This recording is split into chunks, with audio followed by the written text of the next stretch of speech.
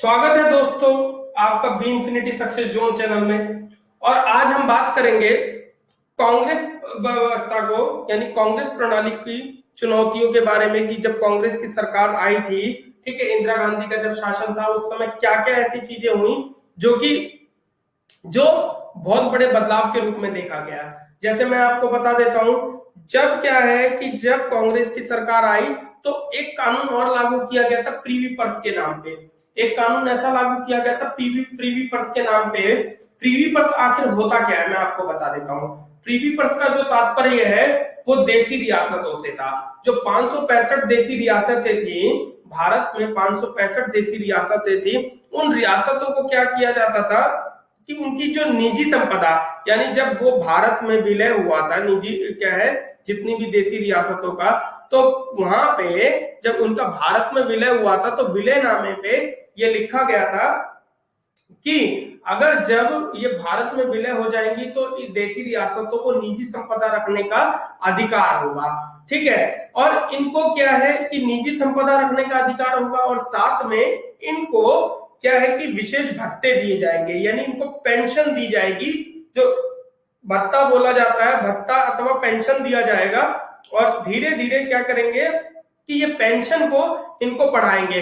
और मैं आपको बता देता हूं तो उस समय क्या हुआ कि जब पेंशन को बढ़ा रहे थे ये, तो धीरे धीरे क्या है कि इन लोगों ने ये भी बोला था कि सरकार की ये मंशा थी कि जो भी राज्य होगा या देसी रियासतें होगी उस राज्य के अकॉर्डिंग ही, यानी क्या है उस राज्य के देखते हुए कि राज्य में उसके संसाधन और साधन कितने हैं, उस राज्य को उसी प्रकार से उसके पेंशन और भत्ते बांध दिए जाएंगे। जब 1971 में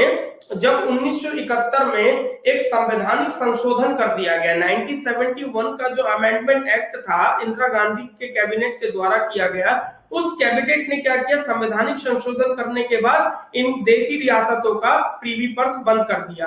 ठीक है, प्रीवी पर्स को इसको बंद कर दिया। जब प्रीवी पर्स को बंद कर दिया, जैसा कि आप देख रहे हैं, प्रीवी पर्स को बंद कर देने के बाद इन लोगों ने क्या किया कि इन लोगों ने विद्रोह कर दिया, देसी रियासतों ने, कि आपने प्रीवी पर्स क्यों बंद किया। बंद करने का पहला कारण क्या था, 1971 का जो बांग्लादेश का युद्ध था, पाकिस्तान और बांग्लादेश का जो युद्ध हुआ था, जय बांग्ला नाम का एक नया देश बना, बांग्लादेश नाम का एक नया नमोदार देश आया, तो वहां से कुछ 80 लाख शरणार्थी जो थे वो भारत में माइग्रेंट हो गए थे। और जब यहाँ पे आ गए तो उनको रिसेटलमेंट करना भी था।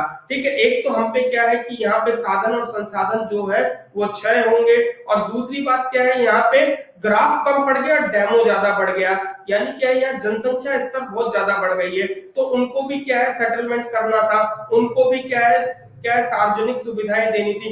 दूसरी बात, जब यहाँ पे देसी रियासतों के राजाओं ने बोला कि जो प्रिंसली स्टेट के जो राजा थे, तो उन्होंने जब ये बात उठाई कि आपने तो हमें पेंशन क्या है वेतन भत्ते देने की मांग की गई थी, ठीक है, क्या है कि राज्य के अकॉर्डिंग अनुशंसा करते हुए, तो उन्होंने बोला, इंदिरा गांधी के कैबिनेट ने बोला कि हम लोग आपको देते, यानी हम लोग आपको देते, पर हमने आपको क्यों नहीं दिया।